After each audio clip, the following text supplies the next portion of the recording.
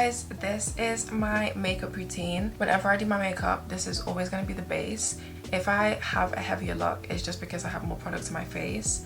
Base routine is always the same, and that is what I'm going to be doing for you guys today. All in all, my makeup takes me like 20 minutes to do, I'd say.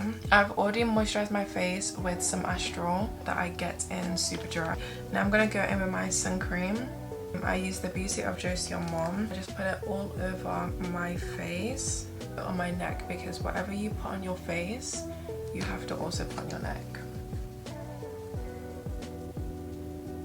If I don't have lashes on, it's normally a mascara or strips, but I'm starting to hate strips. So primer, I go in with my e.l.f.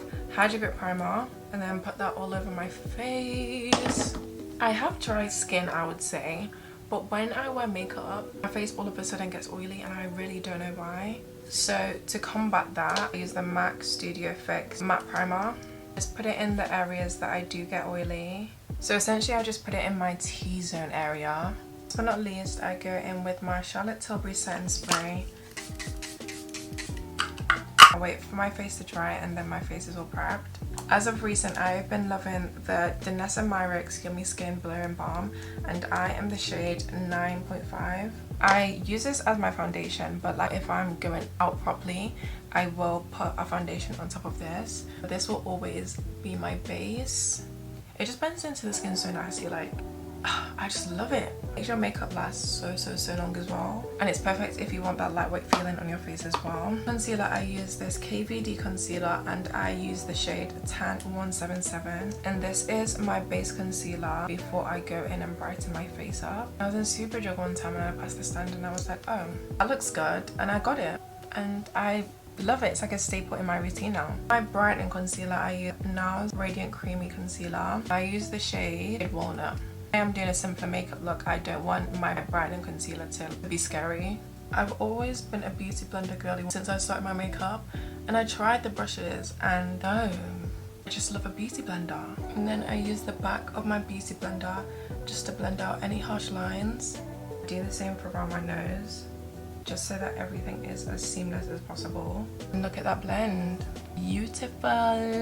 I love these concealers together and I love them both individually. Next, I will go in with my trusty curve case. And with the shade Blend and Snatched, I just put it on my cheekbones, but also bring it up. This just adds a bit of dimension in my face. Sometimes I do it before my concealer, sometimes I do it after. It just really depends on if I remember or not. My nose is literally like so tiny, so I really try not do too much to my nose. With the Blend and Snatched, it's just on my cheekbones, temples, and my chin. The colour of my liquid blush changes every single time I do my makeup. I always alternate between a pink and an orange. Today I think I want to go with orange. Use the shade Where's the SPF from the same Made by Mitchell palette. And then I put it here on my cheekbone and just under my eye, and then I kind of like bring it in towards my concealer. What you do on one side, you must do on the other side. Beautiful. Charlotte Tilbury Airbrush Flawless Finish Powder. I'm the shade 310. This is what it looks like inside. I get my powder puff and then I put it everywhere that I concealed my face. Not too much powder because I am gonna go in with another loose powder in a second. A loose powder, I use the Laura Mercier, the shade Translucent Honey. Same powder puff, put it in the powder, tap on the back of my hand to get the excess off. Just apply it in the same areas as I did before. It gives like a beautiful airbrush finish, especially with the previous Charlotte Tilbury powder that we used. Like, that is so pretty, so pretty. Previous Place Bronze palette in the shade Deep Dark. I don't know why they stopped selling it in Superdrug because I absolutely loved this palette.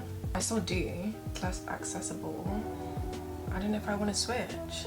I just put it slightly under my cheekbone, slightly under the blush. I don't want to interfere with the blush, and I don't really want to have like a really muddy situation going on. And then a bit on my chin as well. With powder blush, I am going to use my Juvia's Place palette in the shade Volume 1. This is a pink and an orange palette.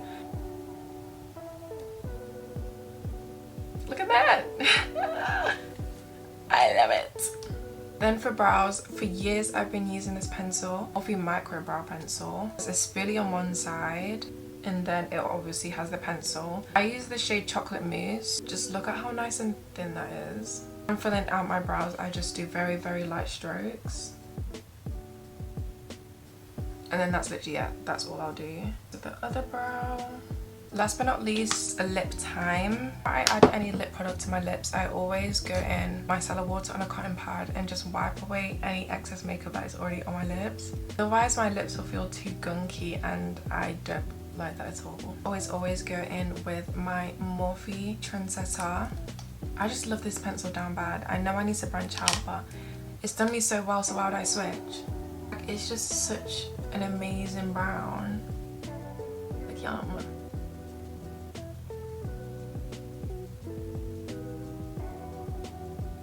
And look at that. Tell me that's not cutie. Tell me that's not amazing. For actual lip gloss, I always use some sort of variant of pink. I am going to go in with my Maybelline Lifter Gloss in the shade 006. X Butter Gloss. This is in the shade Creme Brulee. To top that off, I'm going to go in with my Fenty Gloss Bomb in the shade Fussy. The 006 first. The Creme Brulee, which is a slightly lighter pink. And then to bring everything together, Fenty Fussy.